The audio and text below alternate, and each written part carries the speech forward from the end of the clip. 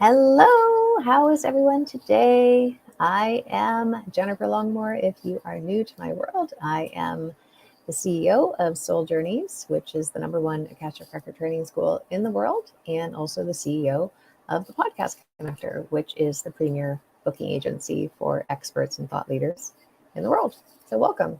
If this is your first time watching, let me know in the chat because I want to officially welcome you. And if you're watching the replay, let me know that as well, along with anything that you might be taking away from today.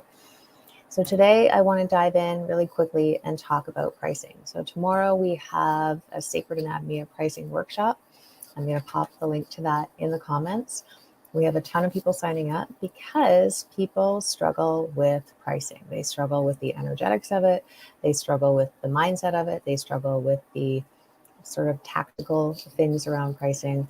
And I've been at this for 2 decades, so I've learned a thing or two about how to price lower ticket stuff, how to price mid-range stuff, how to price really high ticket stuff, and what this all means, right? And my filter is on a meta level, how do we get people sold on you?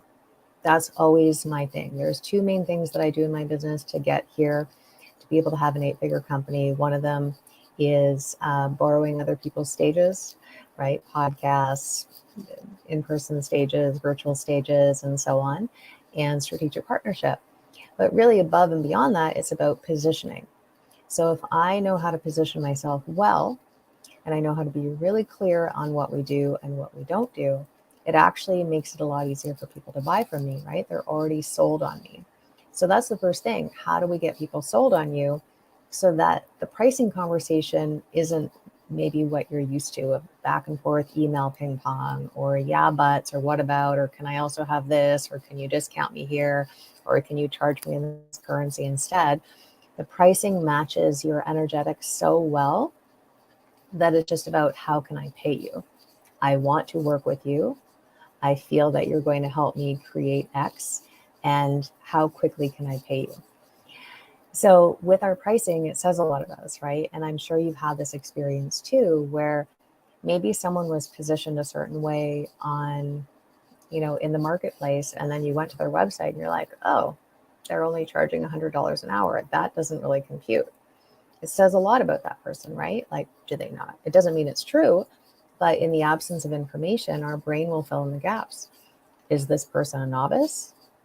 Is this person lacking in self-worth? Does this person not really understand the value of their time? Does this person really, are they in their leadership energy enough that they can show up for me as a leader and allow me to do a trust fall? So even if we can't afford, so to speak, certain people, even when we go on their website, for example, or they send us an invoice and we see their pricing, yeah, sometimes you might get sticker shock. But I'm going to venture a guess, more often than not, you have respect for that because you see that they value their wisdom, they value their time, they value their expertise, and they value you enough to set a price that's going to allow you to step in. So interesting thing happened over the last week. I had 2 clients that are due for renewal, actually not for a little bit, but they both asked if they could pay me more money. Why? Because the pricing isn't about me, it's about them. They need to invest more in order to show up differently, right? They need even more of a financial incentive to show up. And that's how high ticket leaders tend to behave, right? People that are used to investing in high level stuff.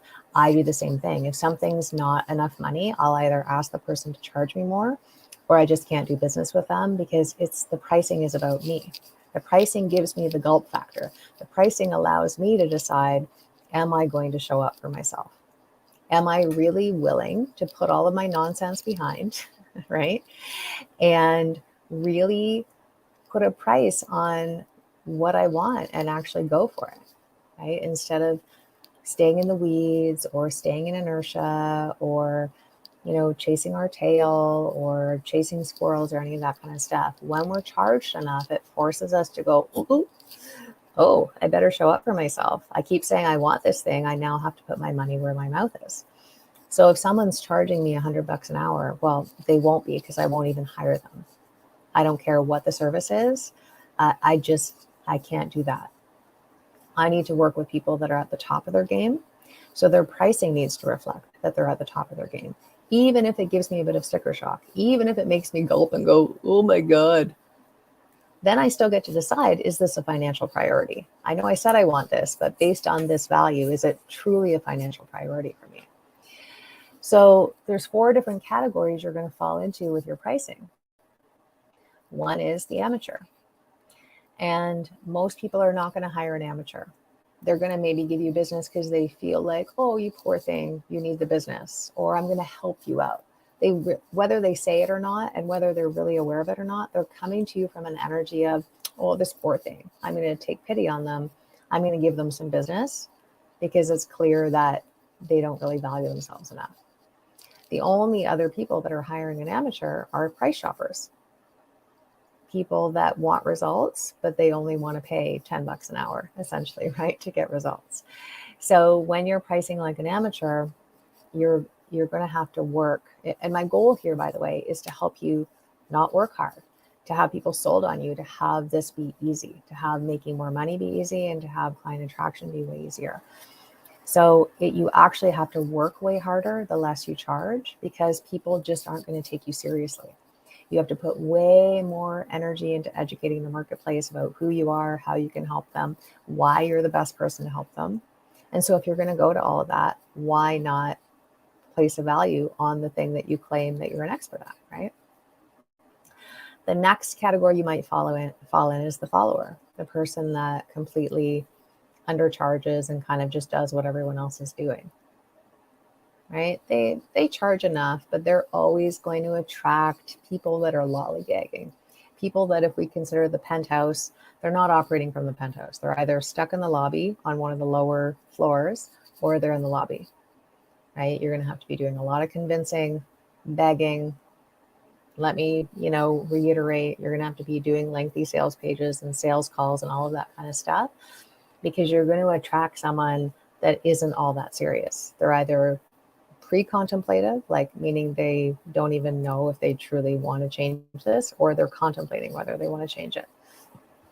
Very few people are going to get results. And again, remember, your pricing is about how it helps other people. The next category is expert, right? There's a price bump. Oh, I can see you must be an expert at what you do in order to be able to charge this. That doesn't mean there aren't people out in the online space, as an example, or really any business, that they're incongruent in their pricing, meaning they're claiming they're an expert and they're really not. But let's be honest, because we see this griping all the time on the internet.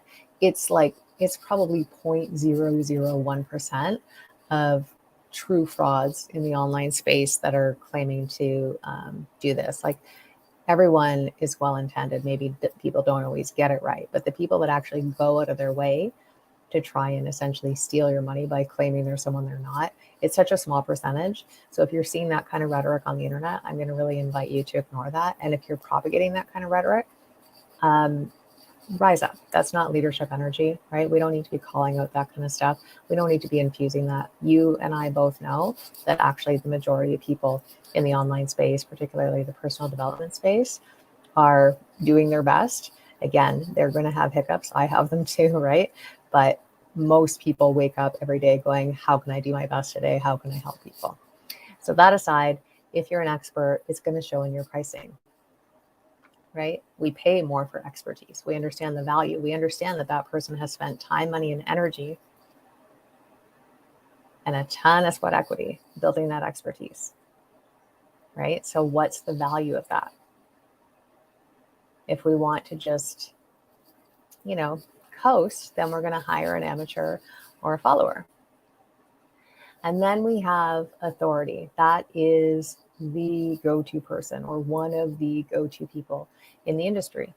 So I, for example, am an authority in Akashic Records. Does it mean I'm the boss? No, we can have loaded words around authority. It means that after 30,000 plus readings, after 100,000 plus students that we've trained in over 100 countries, after channeling the Akashic Records for well over 2 decades, I get to call myself an authority on the topic, right? And my pricing reflects that. That's also why, side note, why I really started building up the teachers, the teacher trainers, the other certified consultants, because for what I would have to charge for reading in order for it to be worth my while to show up, would be well above and beyond what a reading is, right? That's why I bake those into my coaching programs so that people are always accessing the Akashic Records with me, but we're in a nice sacred container for a year together, right? So that it just feels different. And people coming in and getting that wisdom, it feels different for them. But an authority is going to be charging top dollar, essentially. Now, that can mean a lot of different things, but it depends on what we want to create and who we want to work with. So I like to work with people that are at the top of their game. So I will seek to work with experts at a bare minimum, usually authorities. It just depends on the situation. So I hope this helped for you today. I think that there's a lot to think about. It might have been a little bit crunchy for you. That's not my intention, but you get to receive this information as you want. It's shared in the spirit of really helping you make client attraction way easier and helping you make way more money with far more ease, because you're figuring out how to use your pricing to align with who you really be and the expertise you really bring to the table, and helping people be sold on you. So the conversation isn't about you constantly selling. It's about you just onboarding people because they're already sold on you. So I hope this served. Let me know in the comments what you're taking away, what ahas you're having, maybe what things you're going to action. And I will pop a link in there to the Sacred Anatomy of Pricing workshop. I know many of you watching are already signed up, or for those of you that aren't, it's $27. It's 90 minutes, including live Q&A with me, so I can give you real-time feedback on your pricing or any other business questions that you have. To me, it's kind of a no-brainer, but may not be for you. That's okay. I'm going to pop the link in the comments. I hope to see you there, and I'll see you again next week. So bye for now, everyone. Have a great day.